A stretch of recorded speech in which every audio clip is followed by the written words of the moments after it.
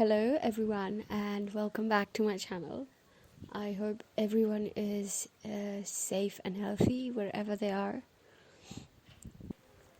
In this video I am going to be using only one pencil rather than 10 or 15 different shades of them, so that it gets easier for everyone to draw and to learn.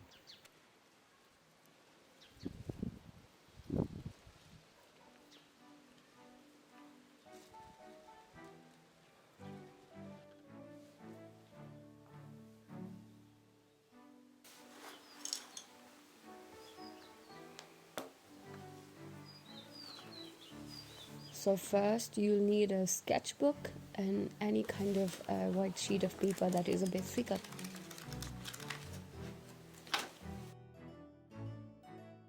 And then you need a pencil, an HB pencil, eraser, and then a sharpener, and cotton buds if you have it at home, and tissue papers.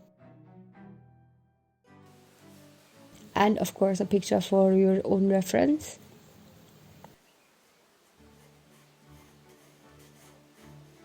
Firstly, I use 5 steps, and step number 1 is to map out the facial features, and you can use the method to map it out. Add the likeness, that is, make it similar to the reference picture that you're holding. And step number 3 is right shading, and step number 4 is blending using the blending stamp or the cotton buds, and then step number 5 is highlight. And along with these steps there's also a method which helps artists to have a general idea or a guideline in drawing a great portrait.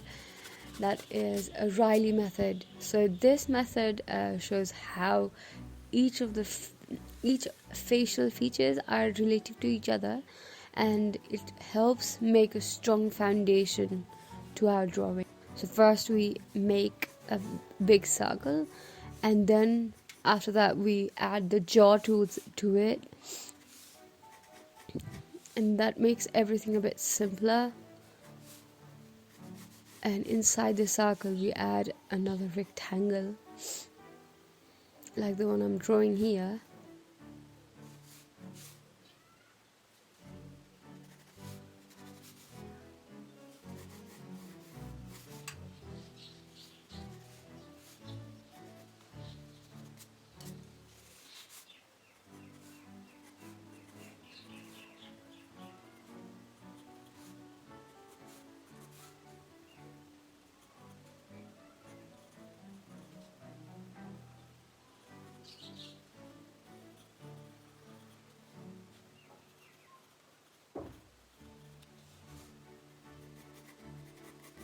Here with this method the whole face is divided into 3 parts.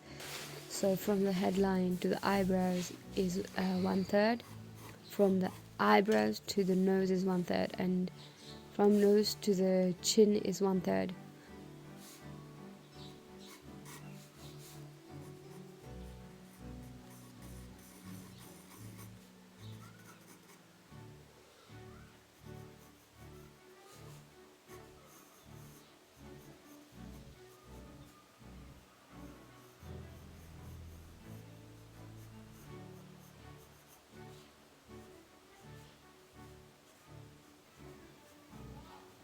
The placement of the nose, that is where the nose ends, is at the same level as where the ear ends. So if you look at the mirror you'll find that your nose and ears are looking at the same line.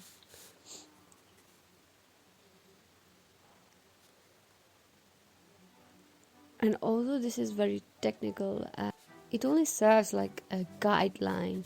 So everything else, you decide whatever you want to draw. You can draw freehand, and then by the first 1/3 there's a line for the eyebrow, and underneath we can draw the eyes, the shape that's required, and keep in mind that the distance between the eye is equal to the length or the width of one eye.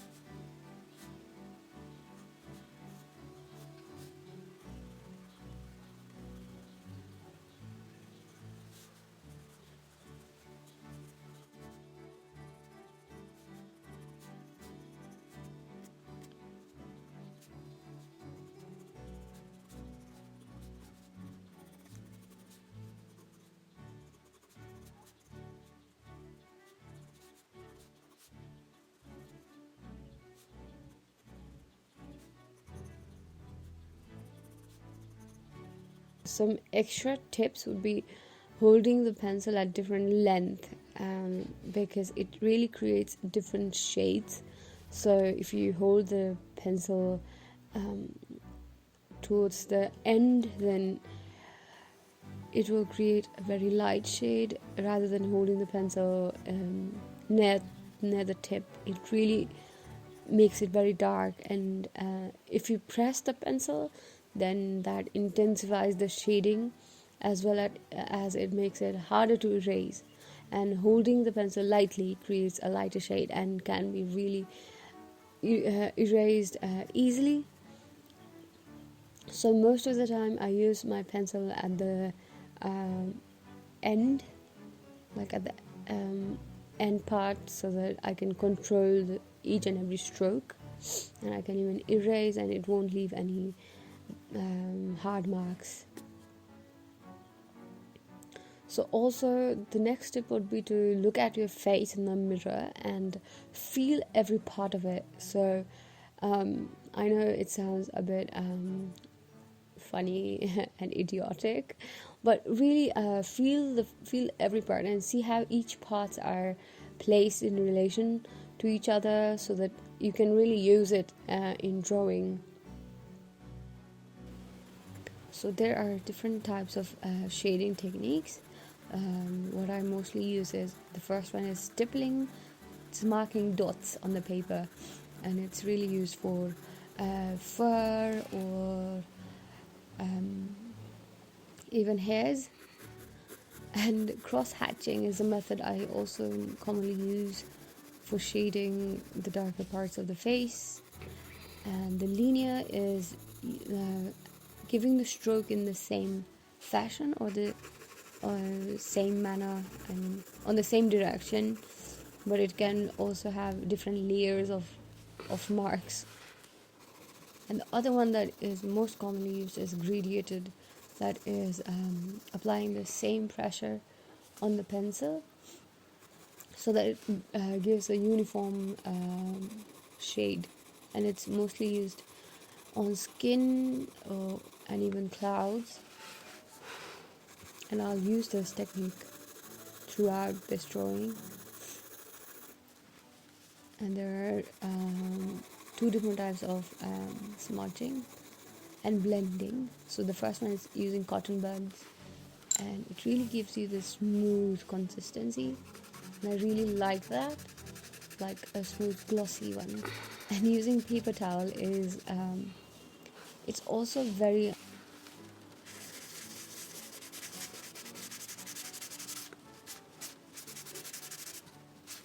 light, and it's also used such as in foreheads or cheek, in larger areas. And you can, so this next technique is to use the eraser as form of a highlighter. You can use it for highlighting hairs or even nose, eyes, some parts of the nose, that's like the pointy part. And yeah, that's it. So let's get started with the portrait.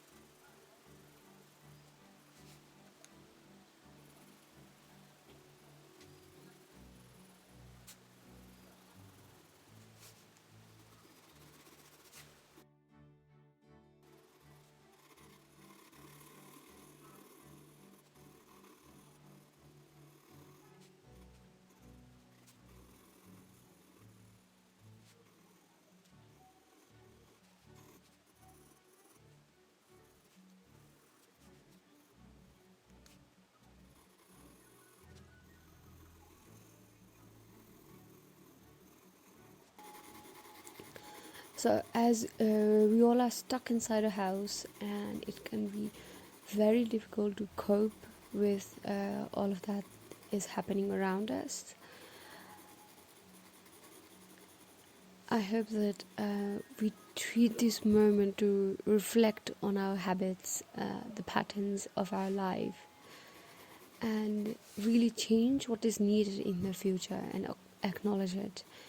Because although this is a really hard time for the world, it can also be an opportunity for us. And art is really a skill that can be improved greatly by practice and can be natural for some, that is referred to as talent, but it really is up to practice. And even for myself, if I had not drawn time and again, I would not be in the place I am today. That is, I'm pretty confident at my drawing skills and my painting skills. So, and also, face is really complex and it's very beautiful because it has so much emotions, and each human has distinct feature that is so unique to them. And capturing these is truly remarkable, and this is why I am so much into portrait art.